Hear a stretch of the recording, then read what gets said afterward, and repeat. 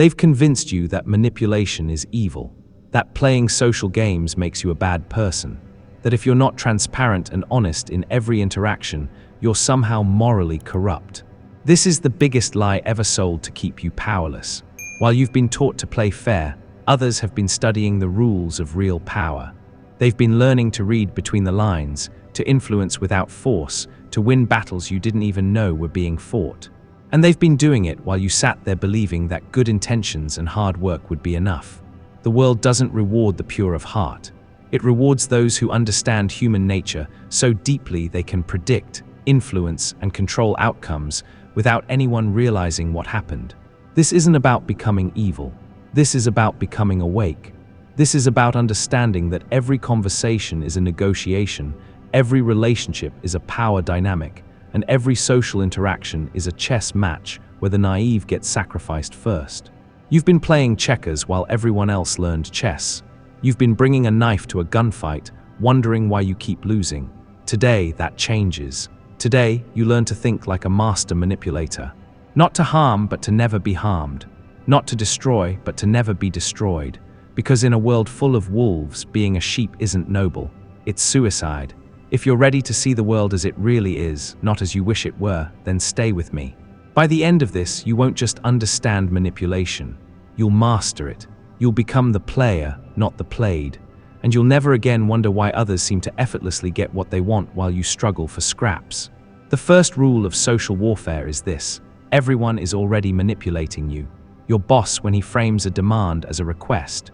Your friends when they use guilt to get their way. Your family when they leverage emotion to control your choices. The difference is they learn these skills unconsciously, through trial and error. You're about to learn them systematically, with precision, with purpose. Manipulation isn't about forcing people to do what they don't want to do. That's coercion, and it's crude. Real manipulation is about making people want to do what serves your interests. It's about creating the conditions where their own desires align with your goals. It's about understanding that people don't make logical decisions. They make emotional ones and then rationalize them with logic afterward. Most people believe they're rational actors making conscious choices. This is the fundamental delusion that makes them easy to influence. They think they want what they want because they decided to want it. But desires are planted, nurtured, and harvested by those who understand the psychology of influence. Every advertisement you've ever seen, every political campaign you've witnessed, every persuasive conversation you've experienced was designed using principles you're about to learn. The master manipulator doesn't argue with people's logic. He doesn't try to convince them they're wrong. Instead, he studies their emotional triggers, their unconscious biases, their hidden fears and desires. Then he crafts his approach to speak directly to those deeper motivations. He makes them feel like the decision was entirely their own, while guiding them exactly where he wanted them to go. This starts with a fundamental shift in how you see other people. Stop seeing them as they present themselves. Start seeing them as they actually are. Bundles of insecurities, desires, fears, and ego wrapped in a thin layer of rationality. Once you understand this, once you really internalize it, you'll start noticing the strings that control every person around you. And once you see the strings, you can learn to pull them. Your first lesson in thinking like a master manipulator is to never reveal your true intentions. The moment people understand what you really want, they gain power over you. They can withhold it, negotiate with it, use it against you. But when your real objectives remain hidden, when people can only guess at your motivations, you maintain the element of surprise and control. This doesn't mean you lie constantly. Lies are tools, and like any tool, they're only effective when used precisely. Most of the time, you simply redirect attention. When someone asks what you want, you tell them something true but irrelevant. When they try to pin down your position, you ask them questions instead. When they push for commitment, you speak in generalities that sound specific but commit you to nothing. Watch how politicians master this art. They can speak for hours without saying anything concrete. They answer questions without actually answering them. They make statements that sound like promises but contain enough ambiguity to escape later if needed. This isn't dishonesty. This is strategic communication. And it's a skill you need to develop if you want to operate at higher levels of social and professional interaction. The key is to become comfortable with ambiguity. Most people rush to fill silence, to clarify their position, to be understood. This impulse will destroy your power. Instead, learn to let others make assumptions. Let them project their own desires and fears onto your carefully neutral statements. Let them convince themselves of things you never actually said. Then, when the time comes, you can either confirm their assumptions if they serve you or correct them if they don't. Practice this in low-stakes situations first. When a coworker asks about your weekend plans, don't give them your itinerary. Say something like, "I have a few interesting things lined up," and then redirect the conversation to them. When someone asks your opinion on a controversial topic, respond with there are compelling arguments on multiple sides, and then ask what they think. You'll be amazed how much information people will give you while you reveal nothing about yourself. This principle extends to your digital presence as well. Your social media should reveal just enough to seem authentic, but never enough to give others leverage over you. Your professional communications should be helpful and friendly, but never desperate or overly accommodating. Every interaction should leave the other person with slightly less information about you than they had hoped to gain. The second fundamental principle is to always study the person across from you more carefully than they're studying you. Most people are so focused on how they're being perceived that they miss crucial information about the person they're dealing with. This is their weakness and your opportunity. Before any important interaction, do your research. Not just the obvious professional background, but the psychological profile. What motivates this person? What threatens them? What do they value most? What are they insecure about? What do they need to believe about themselves to maintain their self-image? The answers to these questions are your roadmap to influence. During conversations, listen for what they don't say as much as what they do. Pay attention to their word choices, their energy shifts, the topics they avoid or rush through. Notice what makes them defensive, what makes them light up, what makes them lean in or pull back. These unconscious signals tell you far more about their true state of mind than their carefully chosen words ever will. Most people broadcast their vulnerabilities constantly without realizing it. The person who constantly mentions how busy they are is insecure about their importance. The one who name drops is hungry for status. The one who over-explains is afraid of being misunderstood or rejected. The one who always agrees is terrified of conflict. Once you learn to read these signals, every conversation becomes an intelligence-gathering operation. But here's the crucial part. You must never let them know you're reading them this deeply. Your insights into their psychology must remain your private knowledge. The moment someone realizes you see through their facade, they'll either become defensive and hostile, or they'll start studying you with the same intensity. Either outcome reduces your advantage. Instead, use your insights subtly. If you know someone is insecure about their expertise, occasionally ask for their advice on topics where they're knowledgeable. If someone craves recognition, find ways to acknowledge their contributions in front of others. If someone fears being left out, make them feel like they're part of an exclusive group. These small gestures, precisely targeted to their psychological needs, will create powerful feelings of connection and obligation. The third principle that separates master manipulators from amateurs is the strategic use of silence and timing. Most people are uncomfortable with silence and will rush to fill it, often revealing far more than they intended. They also make the mistake of responding immediately to every provocation, question, or request. This reactive pattern makes them predictable and easy to manipulate. You must learn to weaponize pause. When someone asks you a direct question, especially one that might compromise your position, take a moment before responding. Let the silence hang in the air. Most people will become uncomfortable and start talking again, often clarifying or softening their original question. Sometimes they'll even answer their own question in a way that's more favorable to you than anything you could have said. When someone makes a request or demand, resist the urge to respond immediately. Tell them you need to think about it, even if you already know your answer. This serves multiple purposes. It makes your eventual agreement seem more valuable because it wasn't given freely. It makes your refusal seem more considered and less personal. And it gives you time to craft a response that serves your interests rather than just reacting to theirs. Timing is equally crucial in all forms of influence. The same request made at different times can produce completely different results. People are more agreeable when they're in good moods, more compliant when they're tired, more generous when they feel guilty, more receptive when they feel understood. Learn to read these emotional states and time your important conversations accordingly. Never make important requests when someone is stressed, distracted, or defensive. Wait for moments when they're relaxed, confident, or feeling positive about your relationship. If you need to deliver bad news or make a difficult request, consider doing it on Friday afternoon when people are thinking about the weekend or after you've done something that puts them in your debt. The master manipulator also understands that people's resistance to influence follows predictable patterns. The first response to any significant request is usually no, not because they've carefully considered it, but because saying no is a protective reflex. Don't take this initial resistance personally or try to overcome it with immediate pressure. Instead, plant the seed and withdraw. Let them think about it. Often, they'll come back to you with a yes after they've had time to convince themselves. This is where most people fail at influence. They ask once, get rejected, and give up, or they push harder immediately and create resentment.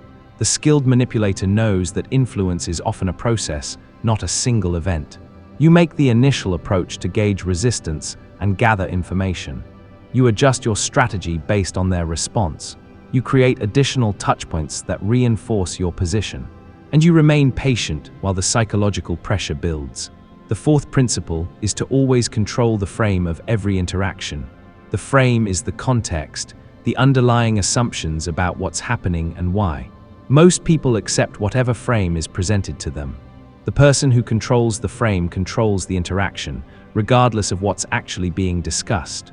For example, if someone approaches you with a complaint, the natural frame is that you're being accused and need to defend yourself. But you can reframe this as a collaborative problem-solving session where you're both working together to find a solution.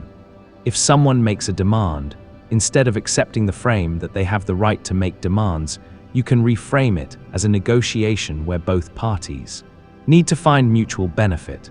The key to controlling frames is to establish them early and confidently. If you walk into a meeting and immediately start apologizing or explaining, you've framed yourself as subordinate. If instead you open with appreciation for everyone's time and a clear agenda, you've framed yourself as the leader. If someone tries to put you on the defensive, you can redirect by asking questions that put them in the position of having to justify their approach. Master manipulators are always framing interactions in ways that serve their interests. They frame their requests as opportunities for the other person. They frame their refusals as principled stands rather than personal rejections. They frame their successes as team efforts and their failures as learning experiences. They understand that reality is largely subjective, and the person who defines the situation usually wins. Practice this by paying attention to how different framings change your own emotional response to situations. Notice how the same event can feel completely different depending on how it's presented. A layoff can be framed as a devastating rejection or as an opportunity for a fresh start. A criticism can be framed as a personal attack or as valuable feedback. A conflict can be framed as a battle to be won or as a problem to be solved. Once you become conscious of how frames shape perception, you can start deliberately choosing frames that serve your purposes. When you need to deliver criticism, frame it as investment in the person's growth. When you need to refuse a request, frame it as protecting something you both value. When you need to assert authority, frame it as taking responsibility rather than claiming power. The fifth principle that distinguishes master manipulators is their understanding of reciprocity and obligation. Humans are wired to return favors, to balance social exchanges, to avoid feeling indebted to others. This psychological tendency is so strong that it operates even when people are consciously aware of it. The skilled manipulator learns to create feelings of obligation that can be leveraged later. This doesn't mean keeping a transactional scorecard of every interaction. That's too obvious and will backfire. Instead, it means strategically doing things for others that create psychological debt without making it feel calculated. The key is to provide value in ways that feel generous and spontaneous, but are actually carefully planned. The most powerful obligations are created when you help someone with something they care deeply about, but can't easily repay directly. If you help someone's child get into college, they'll feel indebted in a way that goes far beyond the actual effort you expended. If you provide crucial support during a personal crisis, that creates a bond that transcends normal social exchange. If you share valuable information or make an important introduction, you've created an obligation that may not be called in for years, but will be remembered. But here's the sophisticated part. You must never make the obligation explicit. The moment you say remember, when I helped you with that thing, you've transformed a psychological debt into a social transaction, and its power diminishes. Instead, you simply remember who owes you what, and you factor that into your strategic thinking when you need something from them. The master manipulator also understands that small, frequent favors often create stronger feelings of obligation than large, infrequent ones. Bringing someone coffee regularly, remembering important dates, offering small pieces of helpful information, these minor gestures accumulate into significant psychological debt over time. People start to see you as someone who cares about them, someone who's on their team, someone they want to help in return. You can also create obligation through selective vulnerability. When you share something personal with someone, especially something that makes you look slightly imperfect or human, they feel trusted and special. This creates a bond that goes beyond normal professional or social relationships. But this vulnerability must be carefully calculated. Share enough to create connection, but never enough to compromise your position or give them leverage over you. The sixth principle is to master the art of social proof and authority. People don't just make decisions based on their own analysis. They look around to see what others are doing, what experts recommend, what successful people choose. The manipulator who can position himself as an authority or align himself with existing authorities gains enormous influence over others' decisions. This starts with how you present yourself and your ideas. Instead of saying, "I think we should do this," you say, "Successful companies in our industry typically handle this by doing this." Instead of "This is my opinion," you say, "Research shows that this approach produces better results." Instead of "I want this," you say, "The most effective strategy would be this." These subtle shifts in language make your preferences sound like objective facts rather than personal desires. You can also borrow authority from others by strategically name-dropping, referencing credentials, or aligning yourself with respected institutions or individuals. This doesn't mean lying about your connections or qualifications. It means presenting the connections and qualifications you do have in ways that maximize their impact on others' perception of your credibility. Social proof works because people assume that if others are doing something, especially others they respect or identify with, then it must be the right thing to do. You can create social proof by highlighting examples of similar people making similar choices, by mentioning how many others have already agreed to what you're proposing, or by creating the impression that you're offering something exclusive that others want access to. The sophisticated manipulator also understands that people want to be consistent with their previous statements and commitments. If you can get someone to agree to a small principle or make a minor commitment, they'll feel psychological pressure to remain consistent with that position when you later ask for something larger. This is why skilled salespeople spend time getting you to agree to obvious statements before making their pitch. Each small yes makes the big yes more likely. This principle extends to identity and self-image. People want to act in ways that are consistent with how they see themselves. If someone identifies as generous, they'll be more likely to agree to charitable requests. If they pride themselves on being logical, they'll respond better to data-driven arguments. If they see themselves as leaders, they'll be more receptive to opportunities to take charge or set an example. The seventh, and perhaps most important principle, is to never let your manipulation be detected. The moment someone realizes they're being influenced, they'll become resistant and suspicious. All your carefully laid psychological groundwork can be destroyed by a single moment of obvious manipulation. This is why subtlety and patience are essential skills for anyone who wants to operate at the highest levels of social influence. This means you must become comfortable with achieving your goals indirectly. Instead of asking for what you want directly, you create situations where others offer it to you. Instead of arguing for your position, you ask questions that lead others to your conclusion. Instead of demanding compliance, you make compliance feel like the obvious choice. The best manipulation feels like natural conversation, like mutual benefit, like the other person's idea. When done correctly, people should feel good about the decisions they make under your influence. They should feel like they got what they wanted, like they were treated fairly, like they made smart choices. If they walk away feeling manipulated or coerced, you failed, regardless of whether you achieved your immediate objective. This requires you to think several moves ahead, like a chess master. You need to consider not just what you want to achieve in this interaction, but how this interaction affects your long-term relationship with this person, how it affects your reputation with others who might hear about it, and how it positions you for future influence attempts. The master manipulator also knows when not to manipulate. Sometimes direct honesty is more effective. Sometimes building genuine relationships serves your interests better than tactical maneuvering. Sometimes the cost of influence exceeds its benefits.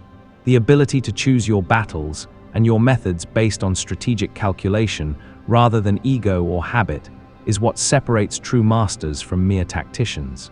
You must also be prepared for others to attempt manipulation on you. Once you understand these principles, you'll start noticing them everywhere. You'll see how advertisers use scarcity and social proof to drive purchases. You'll recognize when politicians use fear and false choices to gain support. You'll spot when colleagues use guilt and obligation to get you to take on extra work. This awareness is your protection against being manipulated by others. The final principle that completes your transformation into a master manipulator is the understanding that power is perception, and perception can be managed. People don't respond to who you actually are. They respond to who they think you are. This means your reputation, your image, and the stories people tell themselves about you are more important than your actual capabilities or intentions. This doesn't mean creating a false persona. It means consciously crafting how you're perceived by controlling what information people have about you, how that information is presented, and what conclusions they're likely to draw from it. Every interaction is an opportunity to reinforce the image that serves your strategic interests. The most powerful image is that of someone who doesn't need anything from anyone. People are naturally drawn to those who seem self-sufficient and naturally suspicious of those who seem needy or desperate. This means you must learn to want things without appearing to want them, to pursue goals without seeming to chase them, to influence others without appearing to need their compliance. This requires emotional discipline that goes far beyond what most people ever develop. You must be able to feel rejection, frustration, anger, or disappointment without showing it. You must be able to want something intensely while appearing only mildly interested. You must be able to work hard for an outcome while seeming effortless and natural. The master manipulator also understands that mystique is more powerful than transparency. The more people know about you, the more predictable you become. The more predictable you are, the easier you are to counter or manipulate. This means being selectively open about your thoughts, feelings, and plans. Share enough to seem authentic and relatable, but never enough to be fully understood or anticipated. This extends to your decision-making process. Never fully explain how you reached a conclusion or what factors you considered. Let others guess at your reasoning. This makes you seem more thoughtful and strategic than you might actually be, and it prevents others from using your own logic against you in future situations. You should also cultivate an aura of having options. People treat you differently when they believe you have alternatives. This means never appearing too invested in any single outcome, never seeming like you need any particular person's approval, never acting like any one opportunity is make or break for you. Even when something is crucial to your plans, you must appear as though you could walk away without significant loss.